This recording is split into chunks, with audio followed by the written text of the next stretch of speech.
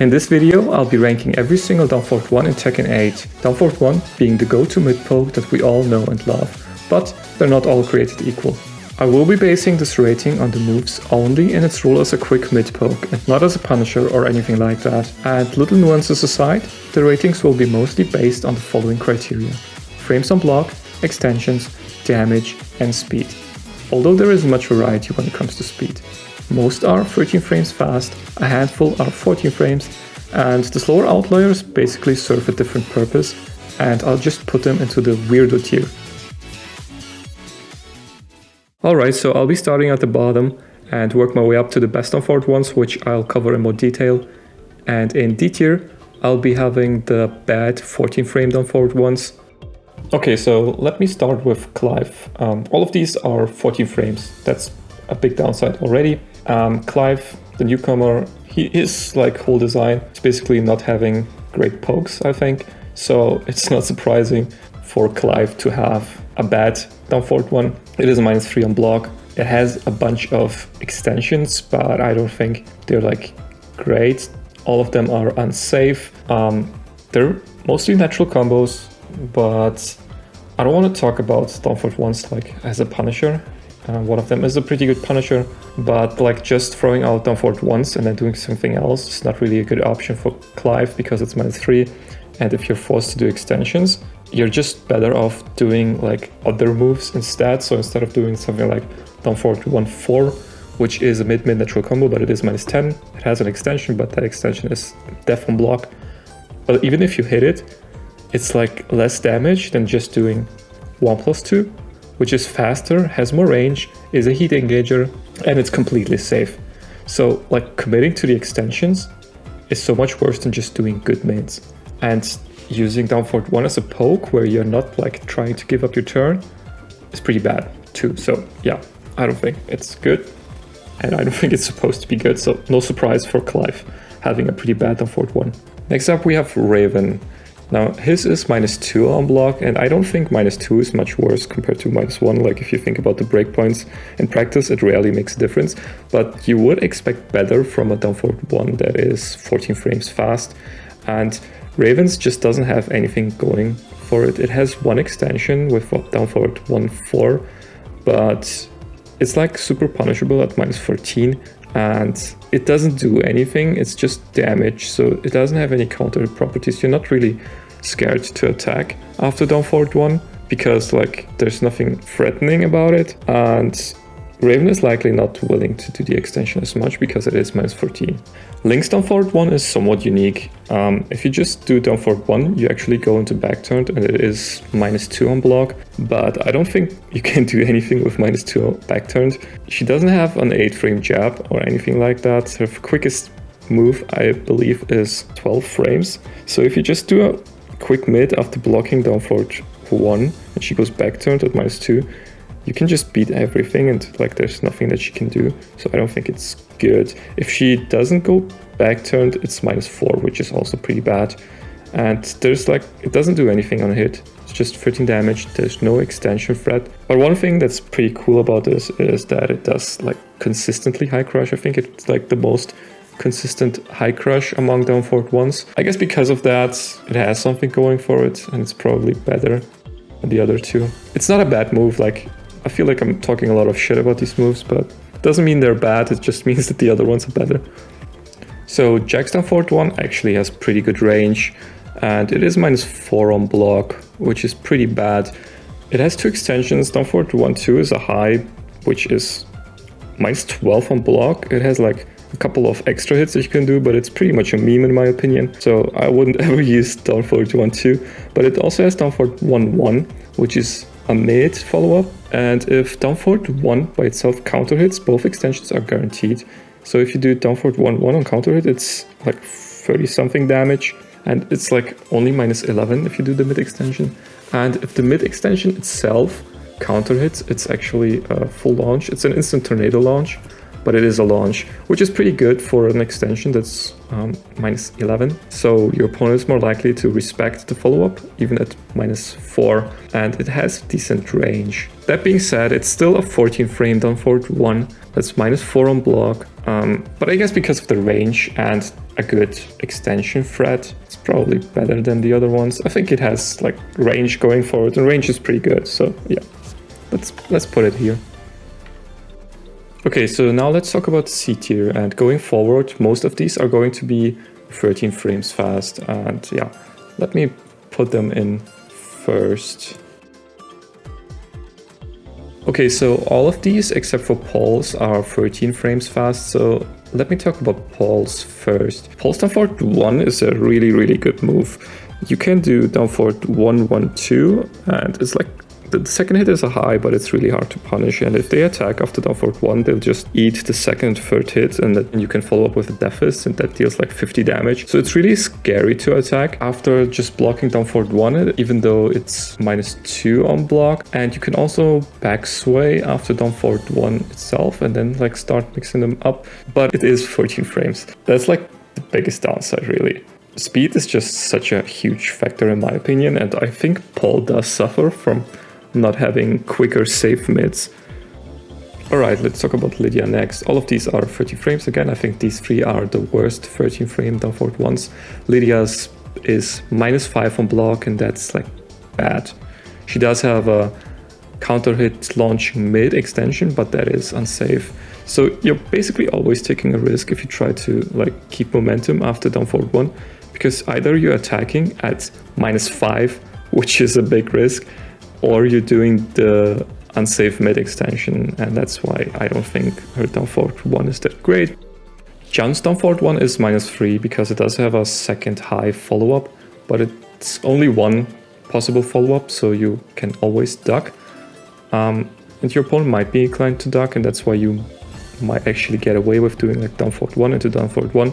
But it is like pretty bad on block at -3 for having only one high extension that doesn't like do anything. It is a natural combo, so that's nice, so it deals like 20 damage. But like down forward 1 by itself is 10 damage. It's -3 with a non-threatening extension, so your opponent can just disrespect you without like risking much. So I don't think it's good. It is -3, and you'll get away with using down forward 1 into like another move. I guess it's better than Lidia's, but it's still not great. So Devil Jin is like the biggest loser in terms of down forward 1 changes when it comes to Tekken 8. His down forward 1 is now -6 on block, and it no longer has a mid follow-up. Like it used to be like -3 and a safe mid follow-up, I think. And now you have -6 and just a high follow-up. It's not a natural combo or anything like that. It's pretty bad. It's like the worst 13 frame down forward 1 in my opinion. The moves in B tier are all going to be pretty solid, but they have like a thing or two holding them back from being top tier. Most of these are 13 frames, which is good. The exceptions are King and Feng. So I'm going to start with Feng. Feng's down forward 1 has the best frames on block. It is 0 on block, but it is a 14 frame move. So compared to your golden standard down forward 1, which is 13 frames fast and -1 on block, this is basically 1 frame slower, but 1 frame better on block. And honestly, I don't think that's the trade-off that you would want to make.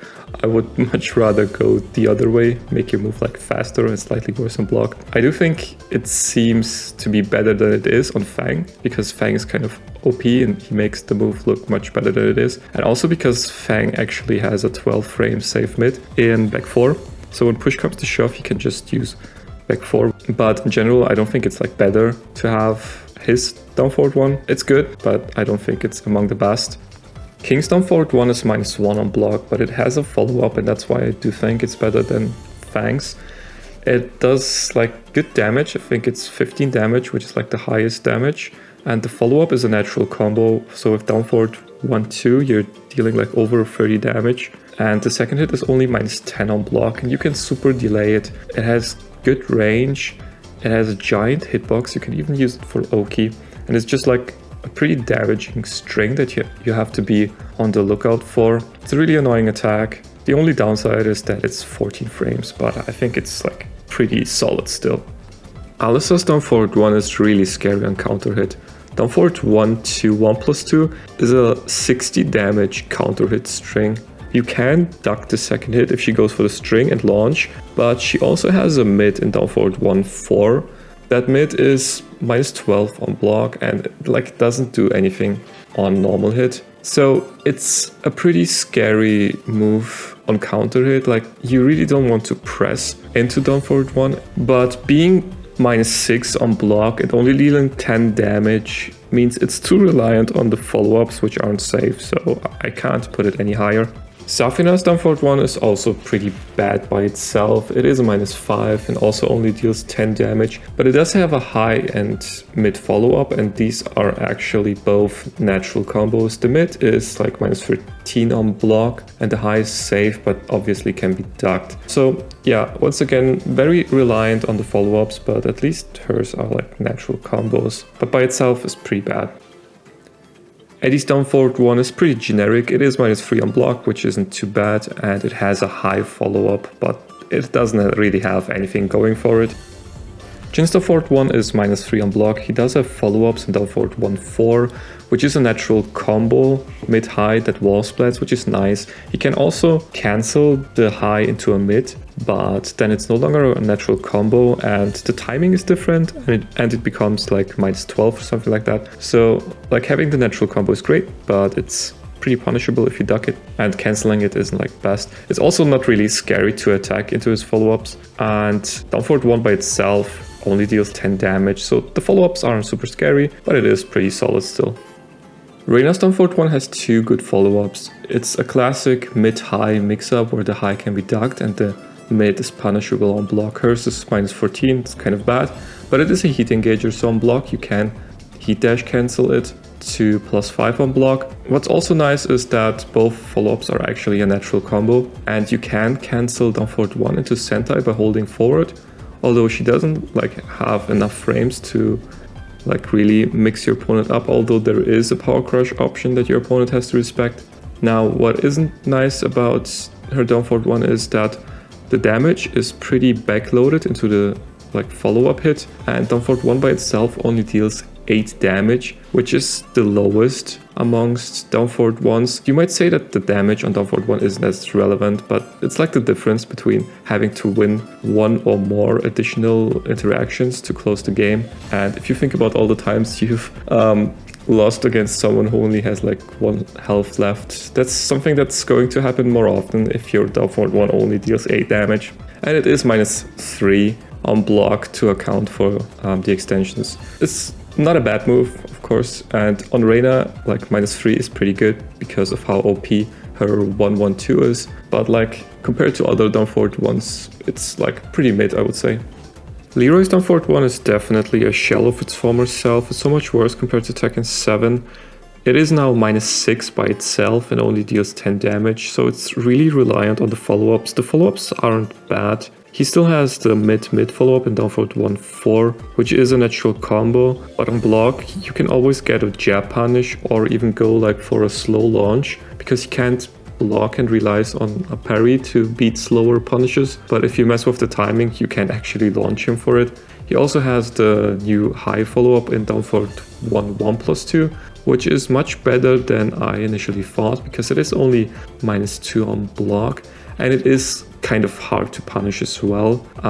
Technically you can always duck and launch, but there is a third hit, which is a mid. It's only -10, but if you're like sloppy on the while standing punish, it will counter hit you for a knockdown and like a free follow-up, and it is only -10 on block, so it's not bad. And like down forward 1-1+2 2 is actually a counter hit combo for 38 damage, and it can be counter hit converted. The follow-ups are decent, but if you have the experience against Leroy, you can also punish him pretty severely. Against players that don't have experience, you can get away with always just doing down forward 1-1+2 and then see if they duck. And if they duck, you can just like go for the last hit and hope that they are sloppy on the punish. And if they don't duck and block, you're just at -2 and you still have a follow-up option. So it's pretty good, but like down forward 1 by itself isn't really scary because it is -6 on block, and it's also like not really dangerous to attack after down forward 1, because like down forward 1-4 doesn't do anything on counter hit if you attack into the second hit, and down forward 1-1+2, the game doesn't even let you really attack into like the high follow-up, so it's like kind of janky. But yeah, it's not scary to attack into it, but if you're not experienced against Leroy, they can just get away with doing a bunch of bullshit follow-ups. Asuka's down forward 1 is -3 and it only deals 10 damage, so it isn't super good by itself, but hers is a case that makes like really good use of mental frames and threat extensions, because she has really scary follow-ups with down forward 1-4, which is a mid counter hit launcher that's -12, and then there's down forward 1-2, which is a high that's safe but can be ducked, and that's the one where she grabs the opponent's hat and like smashes them into the ground, and it deals a lot of damage. So it's really scary to attack into her down forward 1, and both options are actually counter hit combos as well, which is nice. Victor's down forward 1 is pretty generic. It just like doesn't excel at anything. It doesn't do anything well. It is -2 on block, which is okay, and it does have a high extension, which doesn't do anything. So it is a reason to not attack, but it's not a scary reason to not attack, and it only deals 10 damage by itself. Yoshi's down forward 1 has many good things going for it, despite it being -4 on block. It has good range, it deals good damage at 14, which is top end for 13 frame down forward 1s. It has a natural combo follow-up with down forward 1-4, which is a mid-mid, deals over 30 damage, and that makes like a pretty good whiff punisher, and you can throw it down forward 1, twitch confirm the 4 sometimes. It's nice. And then there's also like a good reason to not attack despite the -4 with down forward 1-2, which will knock down for a guaranteed follow-up. It is a high though. It also has another extension that can turn it into a full combo, but that makes it like less safe. But it is somewhat difficult to punish because, well, first of all, there is a mid, and then there's also like another transition with down forward 1-2 down back 2, which transitions into his mid spinning punches, and there's a small window to punish the high, so it can be quite annoying. So overall, yeah, there are many things going for this down forward 1. I think it's pretty solid. It just like doesn't have the frames to be top tier. Okay, so in A tier, most of these contenders are going to be the like gold standard down forward 1s, usually -1 on block, and then like maybe something else going for them. And the two outliers I put in A tier are Azucena and Heihachi. These I had like quite some difficulty placing, and I'll start with these and explain why. Heihachi's down forward 1 has a bunch of ridiculously good extensions, and I would not argue against anyone who would say it's like an S tier move, because like it is, especially the down forward 1 short charge 2 versions, and if you get like the golden version, you're looking at the down forward 1 that deals 38 damage at 13 frames and is completely safe on block, deals 11 chip damage with a bunch of pushback, and even heals Heihachi. So it's an absolute monstrosity of a move, and there are like many extensions that make countering every single one of them kind of really hard and impractical, but technically there are answers for every single version. Even the just frame golden version, you can sidestep and launch it. Yes, it's really hard, but it is doable. And -5 on down forward 1 itself is also like the reason that I'm not putting it into S tier or like higher, but I can totally understand if you say, yeah, it's an S tier move. I can't really argue against it. You could also put it like at the beginning of A tier. It's just that in terms of poking, I'll just keep it here at the end of A tier because, yeah, -5. So Azucena is in a somewhat similar spot like Heihachi, in that you're looking at an S tier move with down forward 1-4. It's absolutely ridiculous because it jails, and it even has more follow-ups. Natural combo, completely safe, but it just like fails as a single hit poke because of the jailing thing. Yes, the follow-up is an S tier move, but that makes down forward 1 by itself not scary because it is -3 on block, and because there's only one jailing extension, the game will literally not allow your opponent to get counter hit by the follow-up. So they can always just mash and disrespect the follow-up. There's literally no extension threat because the game's not letting you attack into it. But yeah, as a payoff minute, it's absolutely S tier. But as a poke, the single down forward 1 is kind of bad. It would be like next to Jun, I think. But because it's like such a ridiculously good move, but somewhat fails as a poke, I'm putting it next to Heihachi. So now we're left with like the most basic down forward ones. At the last place I would say is Lily. It's like the most basic bitch down forward one there is.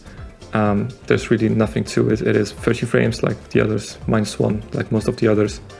She has the frames, it has decent range, but it only deals 10 damage, no follow-ups.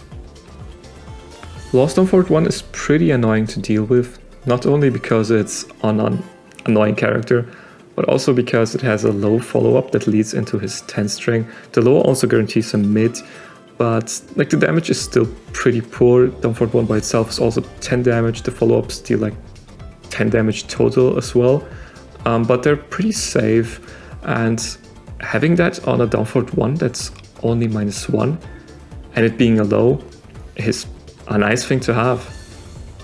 Dragunov's down forward 1 is actually -2 on block, but I don't think it makes a huge difference, because if you think about most small Tekken interactions, it just doesn't like ruin any breakpoints. Usually your opponent will jab, and then the next best thing they do is down forward 1, which is like a 3 frame gap.